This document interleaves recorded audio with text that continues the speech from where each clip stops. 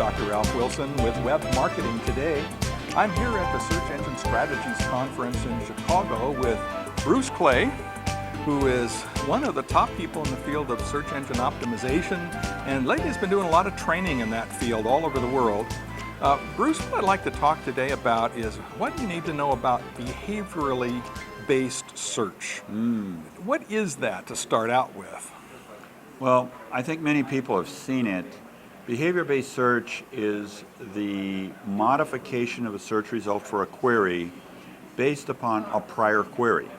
In other words, if you search in a series on Google, it changes the results? Yeah, actually it does.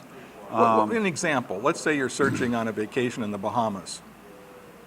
Well, depends upon what you're looking for. So if you search for kids items and then search for a vacation, they may have a tendency to prioritize the results based upon places that are kids friendly, right?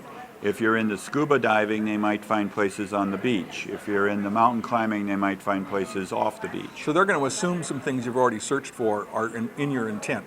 Yeah, and the primary reasoning for that is that it makes a lot more sense to give you a result that is in alignment with your prior queries. This is maintained by browser session, so you don't have to sign in or anything.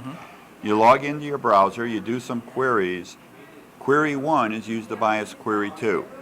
Query 1 and 2 is used to bias query 3. And Google has created a parameter, I think it's OG equals, which is the prior query. So that can sometimes be passed as a parameter through to your analytics, but most people don't know to look for it. So how does this affect how we optimize for search results? Well, it affects what a person sees for the query, which means that we have to understand what their community and their persona is and what they may have searched for in advance. For instance, and the one I love is if you search for a hammer, the top 3 results are an art museum, a vitamin, and a bowling ball. Yeah, they're not exactly hammers. But if you search for equipment and tools and then hammer, you'll get a different set of results. And the results will be more aligned with the fact that you're looking for the tool, not you're looking for Google doesn't know, so they're going to give you one of everything kind of a result. That does improve the results, but it places a burden on my website to use the other words besides hammer. Now, I think that obviously we want to, for Google Instant, we want to be able to look at long tail anyhow, because that's going to be the way of the future. But when we start dealing with the behavioral search and the impact on it, I might rank number 1 for hammer, but if everybody searches for tools and hammer, I might not rank at all.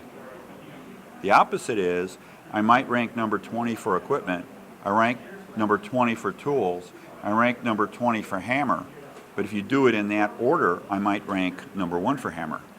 So what should I be doing in designing my website, optimizing for this feature?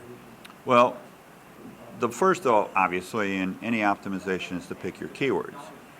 I think what we have to do is modify that process to include the longer tail types of keywords, the things that are common words or common queries by the community of our target audience. All right. Something to keep in mind. Well, tell me about your business and what you do, Bruce. Well, we've been doing SEO since 1996, so January is our 15-year anniversary. Which is pretty good. We do training. We have the search engine optimization on One for Dummies book. We speak at all the conferences. I do actually one-day trainings with SES, SMX, and AdTech. I do have offices internationally, so I train there as well. We offer as services SEO, pay-per-click. I would think that those are pretty much staples, but then we're into analytics, branding, and social media. Well, I know this, that when someone says, how do I rank for a word like life insurance, you're the name that pops into my mind. Well, good.